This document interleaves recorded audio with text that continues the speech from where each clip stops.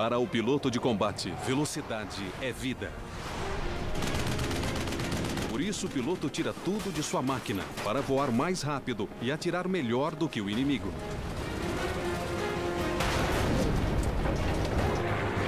Tecnologias revolucionárias tiraram os caças da era da hélice para a era do jato. De uma velocidade mínima para além da velocidade do som. Você irá para a cabine de comando e vai usar a velocidade como arma suplementar contra inimigos mortais. Culminando com a primeira batalha aérea supersônica da história.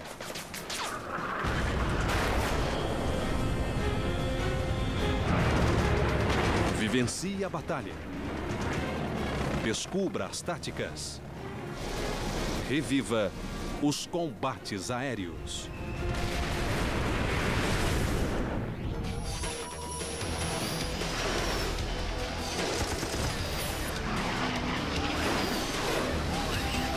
Combates aéreos supersônico. Em 21 de janeiro de 1944, protegido pela noite, um avião Mosquito da Força Aérea Canadense atravessava o Canal da Mancha. Seu piloto era o americano Lou Luma. Atravessar o canal era o mesmo que voar numa barrica fechada, quer dizer, não se enxergava nada e eu não sabia onde ficava o céu e a terra. Luma e seu navegador, o tenente Colin Finlayson, eram invasores. Sua missão era atacar aviões alemães perto de suas próprias bases. A vantagem psicológica era grande. Eles sabiam que cada vez que voltavam podia haver um invasor rondando o aeroporto deles. O avião de Luma avançava para a base aérea de Hildesheim, Alemanha. Sem radar, Luma dependia de referências visuais para localizar seus alvos. Ele via o escapamento dos motores ou via um piloto que tivesse se esquecido de apagar as luzes, ou que as acendesse por alguma razão. Poucos minutos depois, ele avistou um piloto inimigo que pagaria caro por seu erro. Ele tinha deixado as luzes acesas. O navegador localizou uma luz branca vindo em nossa direção. O avião tinha uma luz branca no nariz e outra na cauda. Era um Messerschmitt 410 que subia rapidamente. Luma voou baixo para não ser detectado. Quando o avião alemão passou, Luma fez seu avião dar uma rápida meia-volta. Ele tinha de alcançar o inimigo antes que este atingisse seu alvo.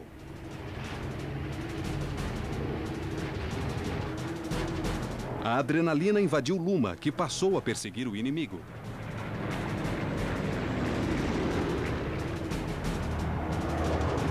Os dois motores Merlin funcionavam a plena aceleração, porque eu não queria que ele fugisse. A ansiedade fez Luma se aproximar demais e ele podia errar o ataque ao alemão. Naquele momento eu me senti muito mal. Pensei que ia estragar tudo. Luma baixou o trem de aterrissagem e fez uma série de curvas para diminuir sua velocidade. Conseguiu ficar atrás da presa. E começou a atirar com seus 8 canhões.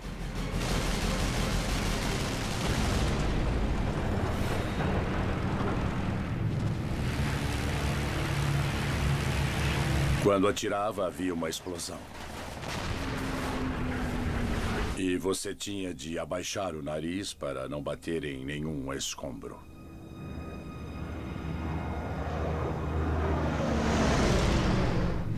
Mais tarde, Luma soube que o piloto alemão abatido era um as da Luftwaffe. Ele tinha abatido 5 bombardeiros ingleses aquela noite. E tinha aterrissado para reabastecer. Mas na pressa, esqueceu as luzes acesas. Luma tornou a voar para as sombras após uma noite vitoriosa. O mosquito tinha feito seu trabalho mortal.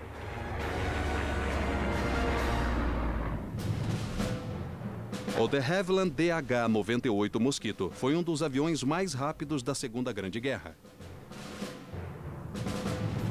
Ele unia uma estrutura de madeira leve e 2 motores Merlin de 1.700 cavalos cada um. A maravilha de madeira, como ficou conhecido, podia atingir velocidade superior a 600 km por hora. Nada na época, nenhum avião podia alcançar o Mosquito. Seu desempenho e o grande poder de fogo de 4 canhões de 20 milímetros e 4 metralhadoras de calibre 30 faziam do Mosquito uma força a ser evitada. Os aviões podiam tanto voar em missões de serviço quanto de combate. Faziam reconhecimento, fotorreconhecimento, missões de ataque, conseguiam colocar bombas em qualquer ponto e podiam fazer bombardeios continuados.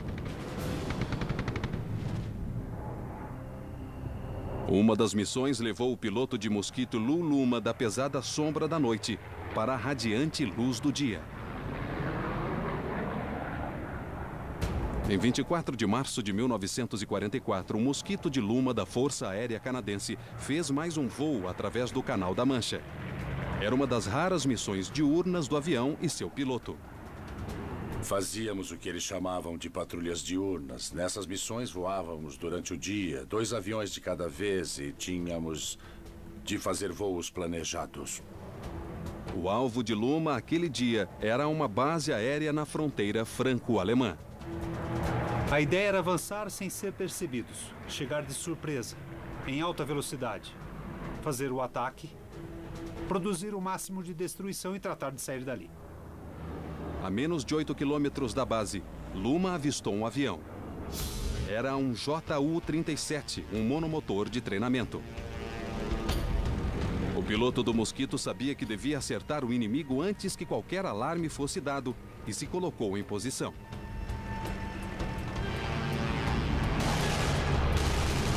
As 8 armas de Luma começaram a atirar.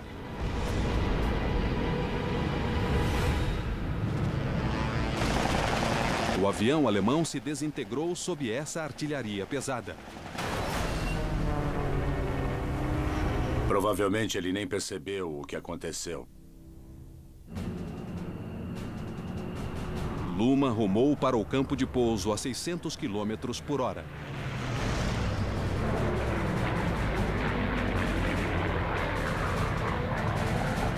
Ao se aproximar, Luma avistou muitos alvos.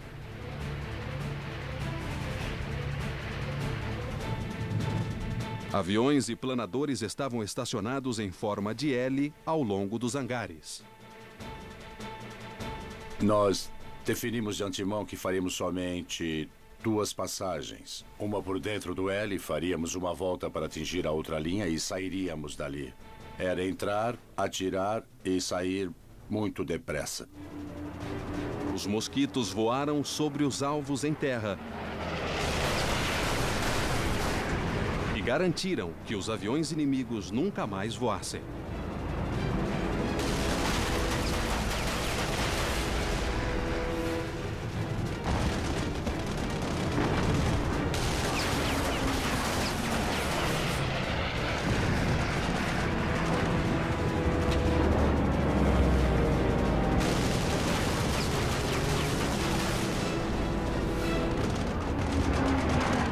Escapando das baterias antiaéreas, os mosquitos ganharam altitude, deixando para trás a fumaça e os escombros de sua bem-sucedida missão.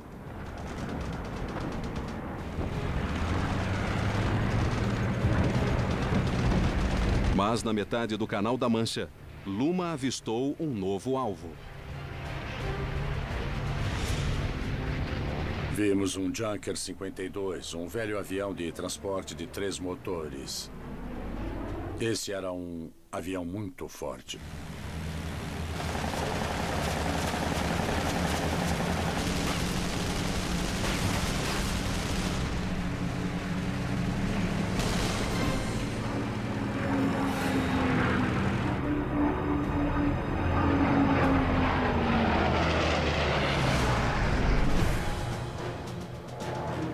Luma voou para a segurança na Inglaterra, onde aterrissou tendo completado sua 5ª vitória.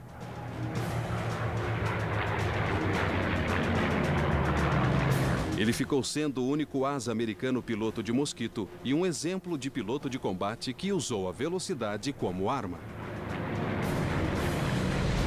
Lu poderia reescrever as regras básicas para missões de invasão e ataque. O mosquito fez fama no cenário europeu por sua velocidade e seu pesado armamento. Mas no Pacífico, outro avião ganharia seu lugar na história como o caça aliado mais rápido da guerra. No dia 22 de abril de 1945, vários Corsair F-4U da Marinha Americana patrulhavam a costa de Okinawa. O comandante do voo, Tenente Jerry O'Keefe, e seus homens eram da unidade VMF-323, os Death Rattlers.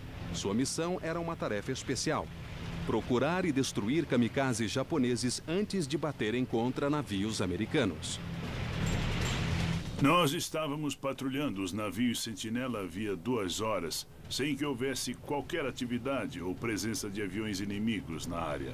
Quando, de repente, fomos notificados pelo navio que estava abaixo de nós que uma grande quantidade de aviões inimigos estava se aproximando do norte, que é a direção do Japão. Um enxame de aviões suicidas se dirigia para a frota americana. Começaram a romper sua formação e se dispersar, no esforço de dificultar que fossem atingidos pelos caças americanos que patrulhavam a área. Um dos aviões patrulha, comandado por Jerry O'Keefe, estava ali e se aproximava. Se nossa vantagem sobre o inimigo era de, digamos, uma velocidade superior em 100 km por hora, fazia muito pouco sentido entrar na formação circular contra eles. Melhor era usar a altitude como vantagem, mergulhar e passar em alta velocidade, escolher o alvo, atirar e usar o impulso para tornar a subir e voltar a aproveitar a altitude. O'Keefe escolheu seu alvo: um lento bombardeiro de mergulho Val abaixo à direita. Ansiosamente, O'Keefe acelerou a fundo, determinado a acertar seu primeiro ataque.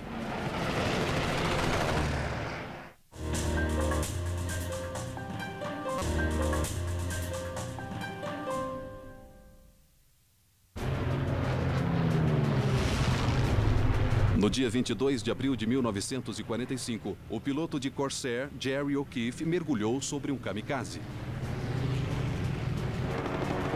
O avião japonês preenchia toda a sua mira. O'Keefe fez a curva e desferiu uma clássica saraivada como nos treinamentos. Numa única passagem, ele desintegrou o avião do inimigo japonês.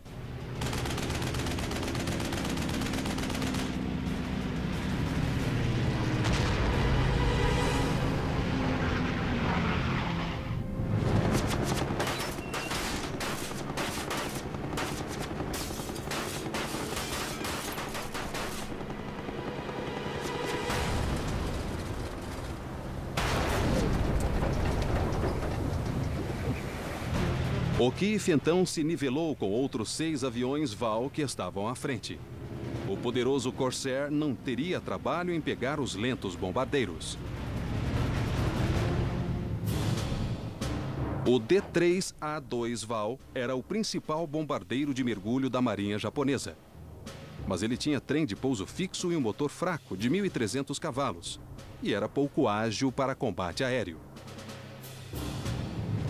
O Corsair F-4U era o mais avançado caça no Pacífico. Facilmente identificável por suas asas que imitavam as da gaivota, o Corsair ficou famoso por sua ótima combinação de velocidade e poder de fogo. O Corsair era muito superior a qualquer avião de combate que os japoneses tinham naquele momento. O O poder do Corsair está em seu legendário motor radial R2800, o mesmo motor do Hellcat F6F e do Thunderbolt P47. O R2800 na Segunda Guerra Mundial foi um motor extremamente confiável, eficiente e poderoso, com tremenda habilidade de gerar força. O Corsair podia ultrapassar 700 km por hora, o que fazia dele o caça mais rápido em serviço nas Forças Armadas. Neste momento, o piloto de Corsair, Jerry O'Keefe, estava usando a velocidade característica do avião para seguir 6 bombardeiros de mergulho japoneses. Eu estava atrás deles e tinha a intenção de derrubar todos os 6, mas as coisas não foram bem assim. O'Keefe mirou o líder e puxou o gatilho. Mas eu errei. Ele saiu de formação e fez uma curva fechada para a esquerda.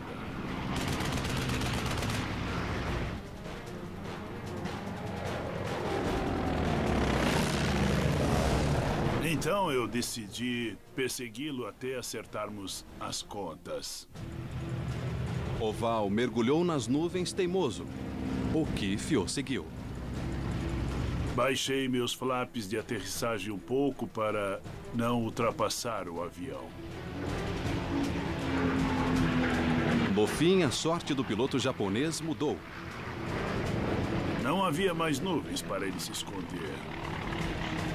Então eu consegui acertar uma salva na cauda do avião.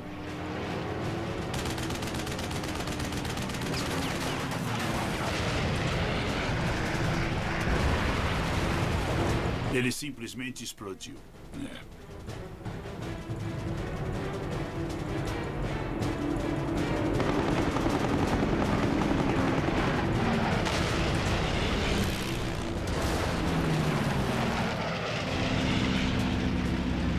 O'Keefe estava voltando à luta quando outro Val passou por ele. Um passou pelo outro, assim. Depois fizemos uma curva, cada um querendo obter vantagem. Mas aquele kamikaze tinha a alma guerreira.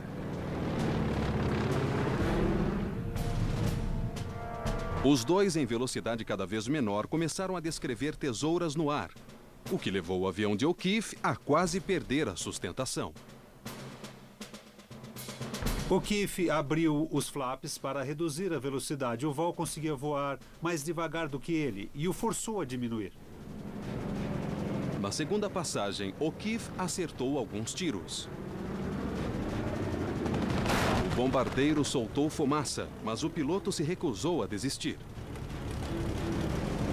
O kamikaze levantou o nariz tentando bater no Corsair.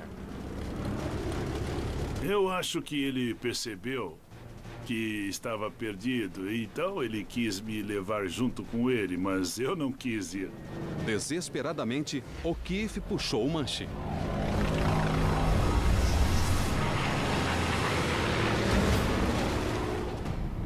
Puxei o manche e consegui evitar a colisão. Mas foi por muito pouco. Fiquei realmente apavorado. Oval embicou e mergulhou na água.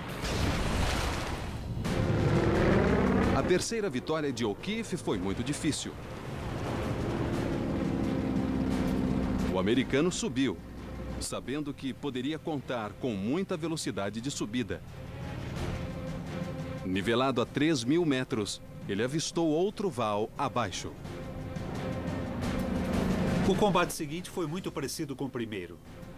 Olhou para baixo e viu o avião a nordeste. O piloto kamikaze não o viu chegar. Às vezes parecia que esses pilotos não viam outros aviões. Eles pareciam distraídos, sem se prevenir do que quase sempre acontecia. O'Keefe acelerou, fez mais uma manobra clássica de ataque, passou em alta velocidade, atirou e abateu o inimigo na primeira passagem. O'Keefe estava subindo, recém-saído de sua quarta vitória, quando avistou mais um solitário Val na distância. Sem dúvida, ele ia atacar a frota americana. A limitação dos ataques de O'Keefe contra os kamikazes em Okinawa era a quantidade de munição que ele dispunha. Com pouca munição, O'Keefe passou a usar sua grande arma, a velocidade. O'Keefe ajustou sua mira, respirou fundo e atirou.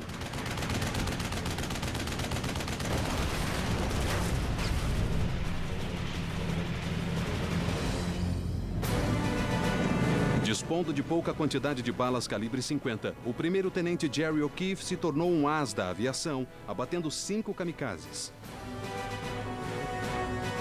Com os outros aviões do grupo, o total de kamikazes abatidos no dia estava em 17. Nenhum kamikaze conseguiu atingir a frota. O'Keefe e o grupo Death Rattlers conseguiram salvar milhares de vidas, impedindo os ataques inimigos. Nós sempre vamos ter para com eles uma tremenda dívida de gratidão. O Corsair F-4U provou ser uma super máquina de guerra no cenário do Pacífico.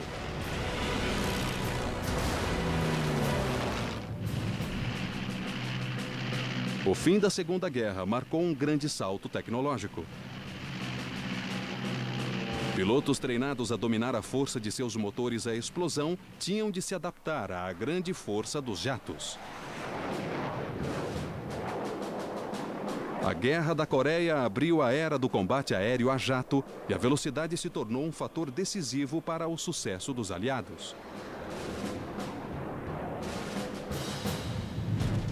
Em 17 de dezembro de 1950, 4 jatos Sabre F-86A cruzavam os céus gelados da Coreia do Norte.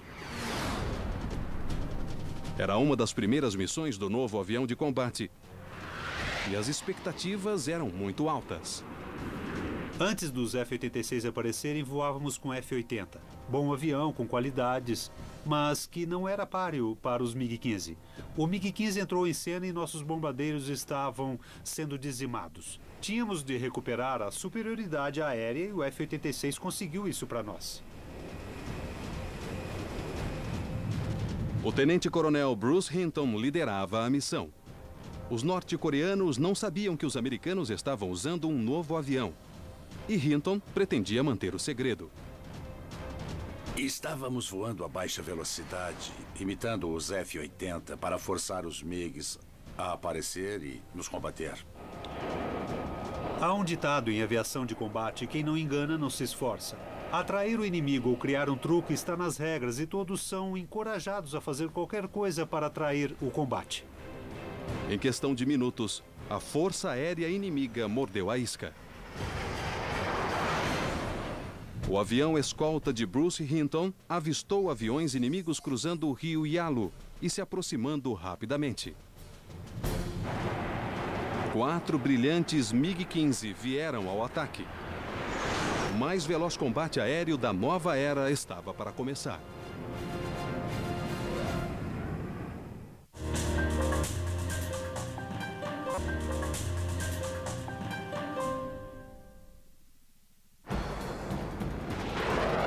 No dia 17 de dezembro de 1950, o piloto de Sabre, Bruce Hinton, manteve a calma quando viu aviões inimigos MiG-15 se aproximando em alta velocidade. Ele queria mesmo atraí-los antes de abrir fogo. Tínhamos de atacar primeiro, porque se o MiG se colocasse atrás de nós, adeus. Se há uma coisa que não quer é ter um MiG-15 atrás. Nunca. Nunca.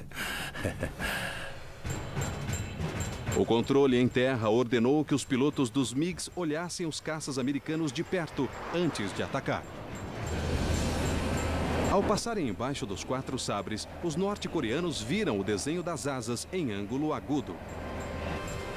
E, para a grande decepção dos MiGs, o que eles viram foi um avião que igualava em tudo o desempenho deles. O próprio MiG, na verdade, era um pouco mais lento do que o F-86.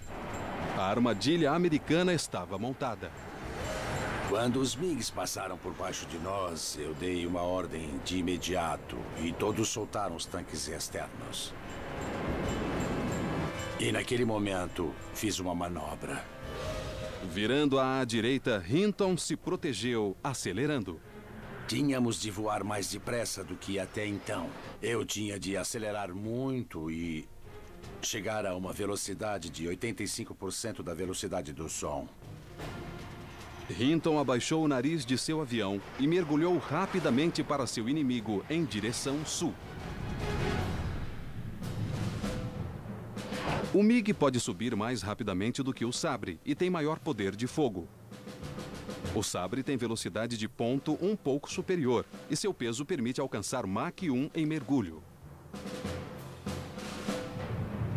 Os dois aviões tinham pontos fortes e fracos quando comparados, mas que tendiam a se anular. Quanto à velocidade, de repente, os dois estavam empatados, quase alcançando a velocidade do som. Ambos eram capazes de voar à mesma velocidade, de 94% ou 95% da velocidade do som. O que isso produziu?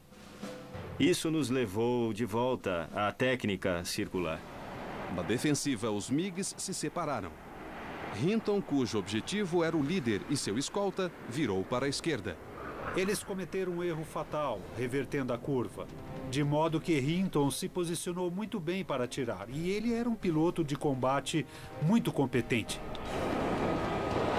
A velocidade de Hinton estava em 95% da velocidade do som, quase na barreira. Ele escolheu o alvo. Eu escolhi o líder como o avião a atacar. Manobrei, mas mudei de ideia e resolvi pegar o que estivesse mais próximo. A cerca de 500 metros, ele puxou o gatilho.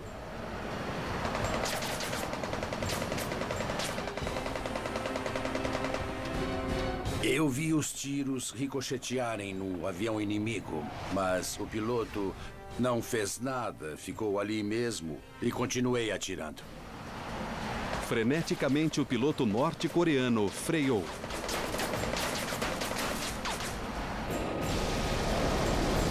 Nesse momento, o avião inimigo fez outro erro incrível, que foi tentar desacelerar para se desviar do outro, ou para ele errar o tiro.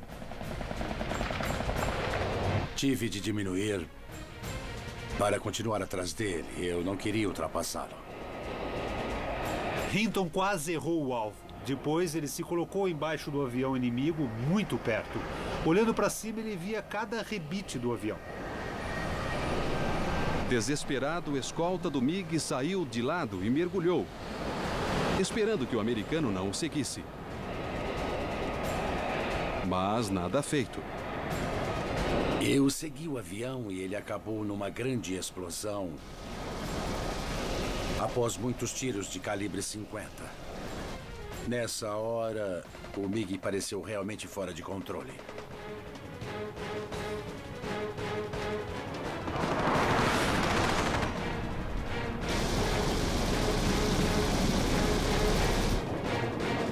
E o MiG despencou no solo coberto de neve.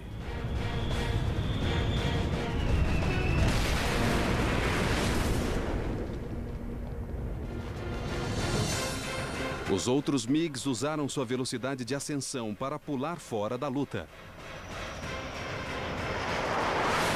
Eles aceleraram fundo e subiram. Os F-86 não puderam acompanhar. Hinton havia feito sua primeira baixa para o Sabre F-86.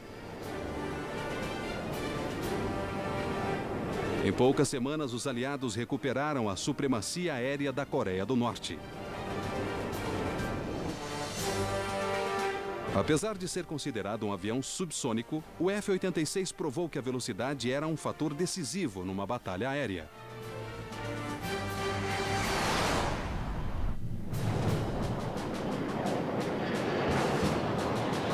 À medida que a ciência de voar em altas velocidades evoluiu, as novas gerações de aviões caça incorporaram elementos tecnológicos e de desenho que tornaram os voos subsônicos coisas do passado. Os interceptadores de altíssima velocidade como Phantom F-4 fizeram sua estreia nos céus hostis do Vietnã do Norte. E uma qualificada tripulação de Phantom apostaria tudo na tentativa de marcar a primeira batalha aérea supersônica da história. Em 2 de junho de 1972, sobre Tud Ridge, um elaborado plano de resgate foi posto em andamento para salvar Roger Locker, um tripulante de Phantom F-4 abatido perto de Hanoi, 23 dias antes. O major Phil Handley e o piloto Jack Smallwood lideraram a missão Brenda. 4 Phantoms F-4 deveriam manter ocupados os MiGs inimigos enquanto barcos de resgate passavam. Planejaram uma grande incursão que passaria por entre vasos de guerra e mísseis A-1 movidos a hélice para chegar às portas de Hanoi e fazer o resgate.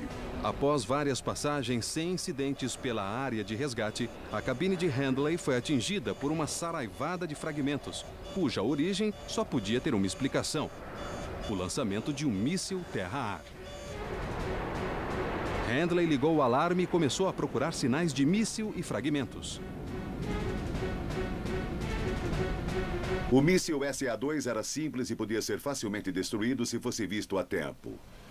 Então virei para procurar o míssil, mas não vi nada, nada de míssil. Foi um falso alarme, mas a ameaça do míssil fez os aviões gastarem combustível precioso. Foi um dia típico em que todos ficaram sem combustível nos tanques. O meu era o único dos 4 aviões que tinha um tanque central extra de 2.300 litros. O piloto líder de Handley ia ficar sem combustível. Ele teria de sair de formação e procurar um avião-tanque, deixando somente Handley e seu escolta Bud Green para terminar a tarefa. Então veio um alerta do radar em terra. Ele disse: Brenda 1, aqui é a base. Avião inimigo se aproxima, 123 graus a 12 quilômetros. MiGs se aproximavam rapidamente por sudeste, determinados a abater os americanos.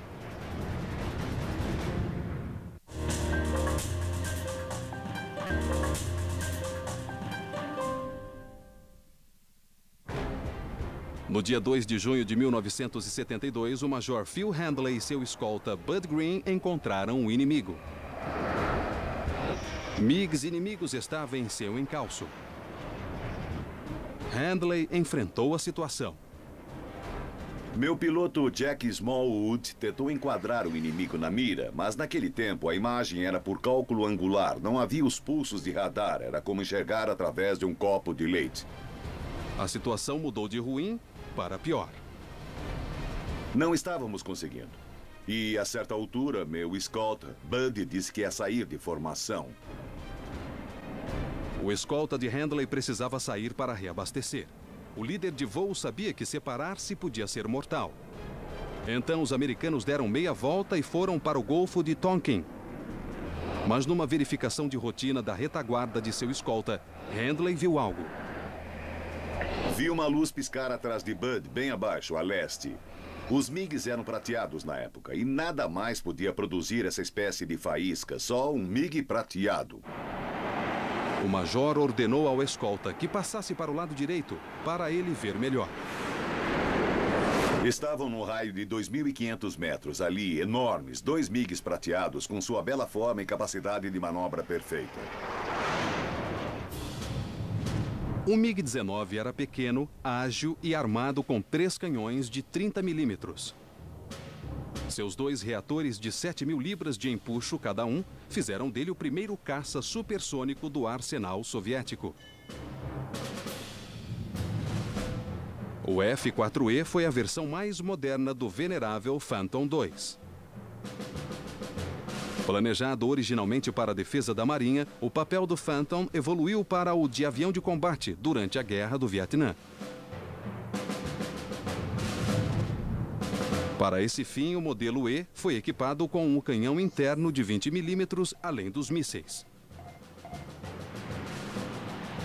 Mas a reputação do Phantom foi construída sobre sua força bruta. Seus 2 motores J-79 desenvolvem 9.000 toneladas de empuxo cada um, o que faz o caça voar a 2 vezes a velocidade do som. O Phantom F-4 é de fato o avião de maior desempenho de sua geração. E ele é melhor ainda em alta velocidade. Quando o avião faz uma curva a 900 km por hora, fica claro que ele pede e quer mais aceleração. Em combate aéreo, o MiG-19 é mais manobrável, mas o Phantom leva grande vantagem em velocidade e sistema de armamento. No momento, Phil Handley enfrentava uma decisão mortal. O tanque de combustível de seu escolta estava secando, mas ele queria pegar os 2 MiGs. Eu disse, Brenda 2 vai em frente, mas vou dar uma passada de ataque. E ele, com a voz ainda mais calma do que de costume, disse, quase casualmente, vou ficar com você. Handley acelerou seus motores a fundo e se virou para os MiGs. A uma incrível força de 9G. Eu estava tão tomado pela adrenalina que não me lembro de ter definido chegar a qualquer G. Mas acelerei e o avião chegou a mais de 9G. E isso de força radial em curva. Alcancei o inimigo muito rapidamente. Em mergulho, o Phantom de Handley se tornou supersônico.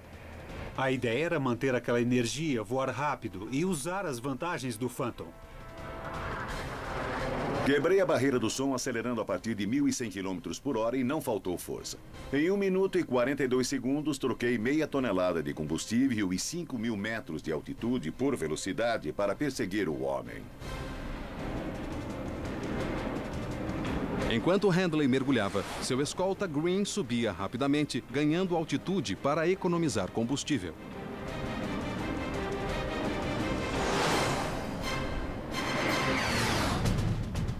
O líder dos MiGs cometeu um erro crítico. Ele subiu atrás de Green, o que permitiu a Handley ultrapassá-lo e alinhar o lançamento de um míssil por trás. Uma vez estabilizado, Handley mirou o inimigo, ajustou o eixo óptico de sua mira e atirou seus 2 mísseis teleguiados AIM-7 Sparrow. O foguete de ignição do primeiro não ligou e ele não saiu. O segundo saiu, mas tomou a orientação errada e subiu para o vazio. Handley se aproximava com o dobro da velocidade do inimigo. Se continuasse assim, ele erraria o alvo. Mas para usar a energia e manter a velocidade sem reduzi-la, teria de voar uma distância maior. Se ele levantasse o nariz, fizesse uma manobra em espiral e depois voltasse, voaria 5 vezes mais do que o MiG. Assim, ele manteria sua velocidade e também a posição geométrica de sua perseguição. Os mísseis teleguiados de Handley estavam perdidos e ele estava reduzido a 2 mísseis detectores de calor, cujo desempenho era notoriamente ruim. Os Falcon AIM-4. Era um míssil de impacto, mas era o que eu tinha. Preparei o disparo. O desbloqueio do míssil fazia um som nos fones de ouvido que parecia o de um barbeador elétrico. O míssil estava destravado. A hora chegara. Handley apertou o botão e disparou.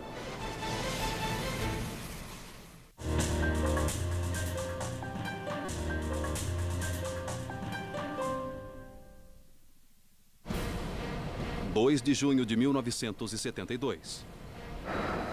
O Major Phil Handley lançou seus 2 últimos mísseis sobre 2 MiG-19.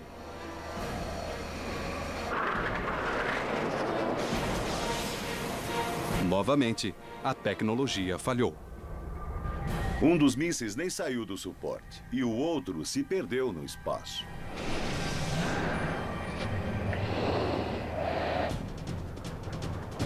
Só lhe restou um canhão de 20 milímetros e ele se aproximava a 1.450 km por hora.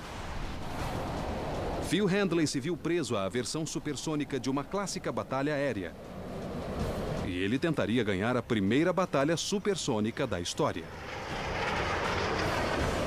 Ele tinha um plano de ação no qual tudo tinha de funcionar. Mas o resultado que a tecnologia americana de mísseis lhe ofereceu foi muito decepcionante. E ele desistiu? Não. Permaneceu em posição. Handley está aqui. O MiG líder e seu escolta estão aqui. Continuando em perseguição, Handley precisava de um ângulo de ataque.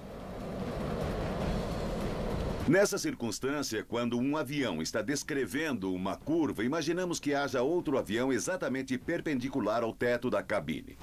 Se você entrar nesse plano imaginário antes desse outro avião e atirar, e se ele continuar na curva, ele voará para os tiros. O MiG-19 líder fez uma curva para a direita. Em primeira mão, Handley testemunhou a incrível agilidade do inimigo. O MiG-19 virou muito depressa. Não havia como fazer uma manobra para perder velocidade ou ficar por dentro da curva do MiG, de modo que fiquei reduzido a mandar tiros de alta deflexão com o canhão. Handley também virou à direita e apontou diretamente para o MiG mais lento, em velocidade equivalente a percorrer 4 campos de futebol por segundo. Não havia margem para erros. Se ele não aproveitasse sua última arma e errasse o alvo, ele mesmo se tornaria um alvo. Handley começou a atirar, mas tinha de se esforçar para continuar a ver o inimigo. O longo nariz do Phantom escondia o MiG. Não dava para apontar diretamente, porque o nariz o escondia e foi preciso enquadrá-lo em um setor do meu painel abaixo do plano imaginário. Eu o vi no último segundo. Tive de subir e voltar a descer ao nível dele, sempre apertando o gatilho. A saraivada durou 3 segundos.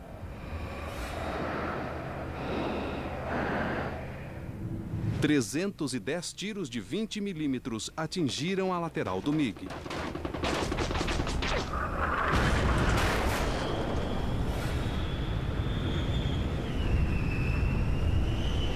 As balas chegaram onde deviam. Os tiros atingiram a asa do lado esquerdo. Vi isso claramente. O nariz, a cabine, a base da asa, a cauda. Assim que passei por ele, virei 90 graus e tratei de sumir. Handley olhou para trás. Havia chamas e fluidos e pedaços de avião que se desprendiam. Ele estava se desintegrando. O MiG caiu na selva.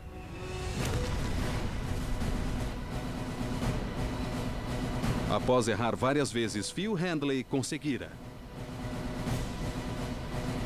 Devia haver 25 pilotos de caça naquele espaço aéreo, todos gritando. E cheguei a reconhecer o comandante do meu esquadrão me dando os parabéns. O MiG de escolta se colocou atrás de Handley, mas o americano estava muito rápido e escapou facilmente subindo. Quando chegou à base, Handley soube que a missão que ele chefiou tinha sido um sucesso. Voltamos ao Dorn Channel 70 e havia a maior festa nos esperando. E lá estava o velho Roger Locker, sabe, que resgataram. O papel de Handley na missão de resgate foi histórico.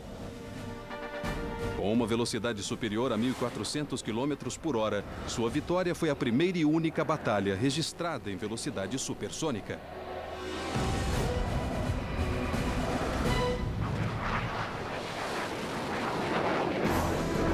A maioria dos caças modernos pode voar ao dobro da velocidade do som, o que indica que velocidade e vida continuam intimamente ligadas. A questão é descobrir qual a velocidade ideal para vencer. A pergunta que devemos nos fazer é: o que faremos quando tivermos um caça ou interceptador que voa a Mach 3? Porque, a menos que o inimigo tenha um caça ou interceptador que seja mais lento, qual será a nossa vantagem relativa sobre qualquer outro avião que esteja disponível, estacionado ou decolando de uma pista qualquer? Os táticos de combates aéreos modernos estão quase sempre mais interessados no desempenho do sistema de armamento de um avião do que no desempenho do próprio avião. Temos radares poderosos e confiáveis, temos comunicações à prova de interferências e temos mísseis de longo alcance de confiabilidade totalmente confirmada. A tecnologia continuará a dar o tom nos combates aéreos. Mas se perguntarmos ao piloto de combate, a velocidade ainda importa. Se pedirmos a pilotos de combate para escolherem Entre desempenho e qualidade de voo, todos vão escolher o desempenho sem nenhuma hesitação.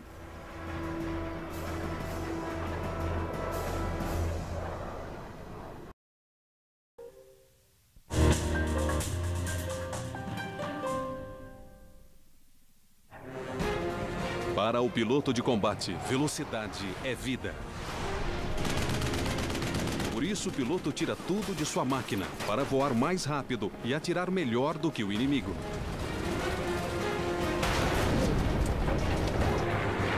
Tecnologias revolucionárias tiraram os caças da era da hélice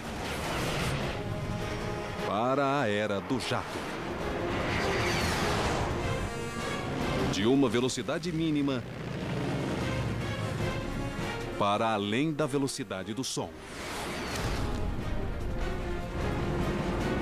Você irá para a cabine de comando e vai usar a velocidade como arma suplementar contra inimigos mortais. Culminando com a primeira batalha aérea supersônica da história.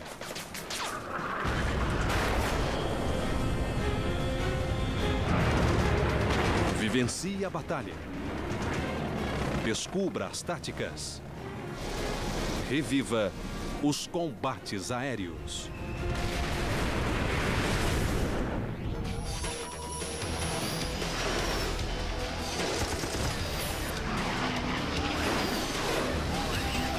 Combates aéreos supersônico. Em 21 de janeiro de 1944, protegido pela noite, um avião tinha abatido 5 bombardeiros ingleses aquela noite e tinha aterrissado para reabastecer, mas na pressa esqueceu as luzes acesas.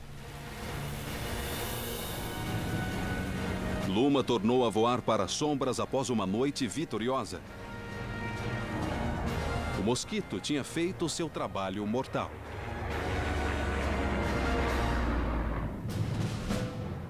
O de Havilland DH-98 Mosquito foi um dos aviões mais rápidos da Segunda Grande Guerra. Ele unia uma estrutura de madeira leve e 2 motores Merlin de 1.700 cavalos cada um. A maravilha de madeira, como ficou conhecido, podia atingir velocidade superior a 600 km por hora. Nada na época, nenhum avião podia alcançar o Mosquito. Seu desempenho e o grande poder de fogo de 4 canhões de 20 milímetros e 4 metralhadoras de calibre 30 faziam do Mosquito uma força a ser evitada.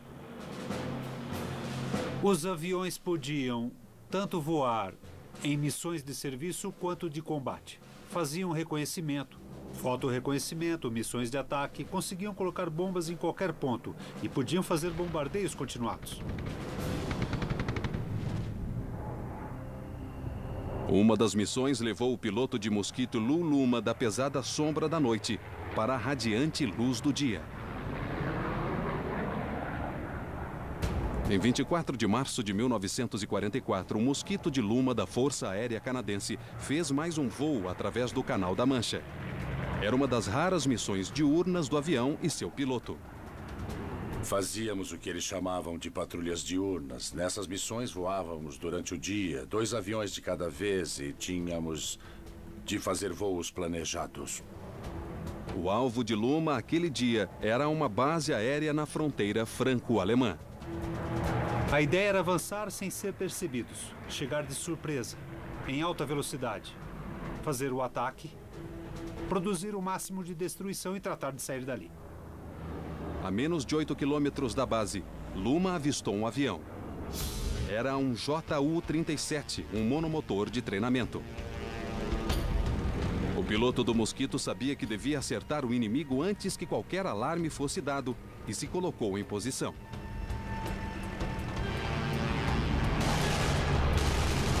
As 8 armas de Luma começaram a atirar.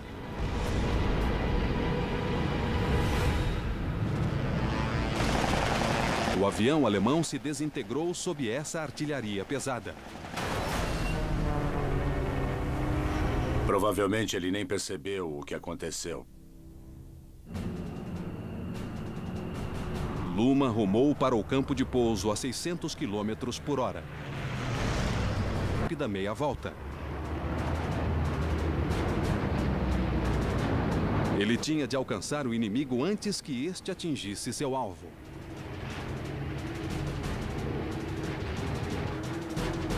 A adrenalina invadiu Luma, que passou a perseguir o inimigo.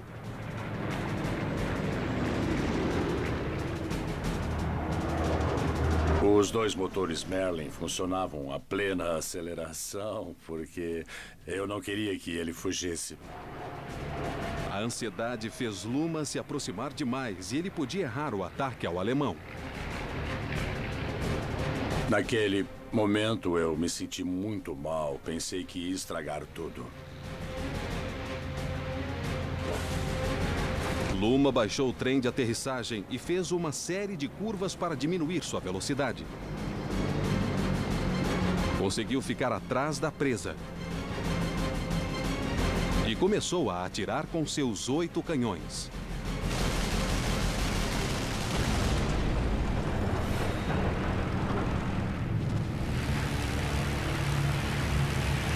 Quando atirava, havia uma explosão. E você tinha de abaixar o nariz para não bater em nenhum escombro.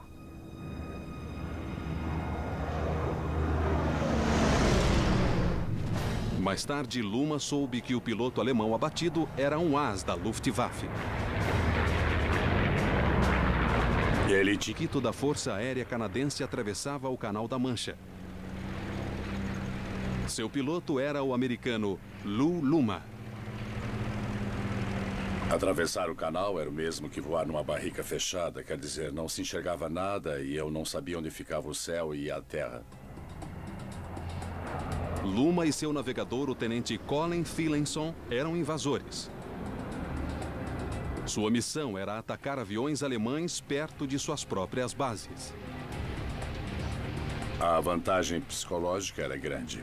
Eles sabiam que cada vez que voltavam podia haver um invasor rondando o aeroporto deles. O avião de Luma avançava para a base aérea de Hildesheim, Alemanha. Sem radar, Luma dependia de referências visuais para localizar seus alvos. Ele via o escapamento dos motores ou via um piloto que tivesse se esquecido de apagar as luzes, ou que as acendesse por alguma razão. Poucos minutos depois, ele avistou um piloto inimigo que pagaria caro por seu erro. Ele tinha deixado as luzes acesas. O navegador localizou uma luz branca vindo em nossa direção. O avião tinha uma luz branca no nariz e outra na cauda. Era um Messerschmitt 410 que subia rapidamente. Luma voou baixo para não ser detectado. Quando o avião alemão passou, Luma fez seu avião dar uma rápida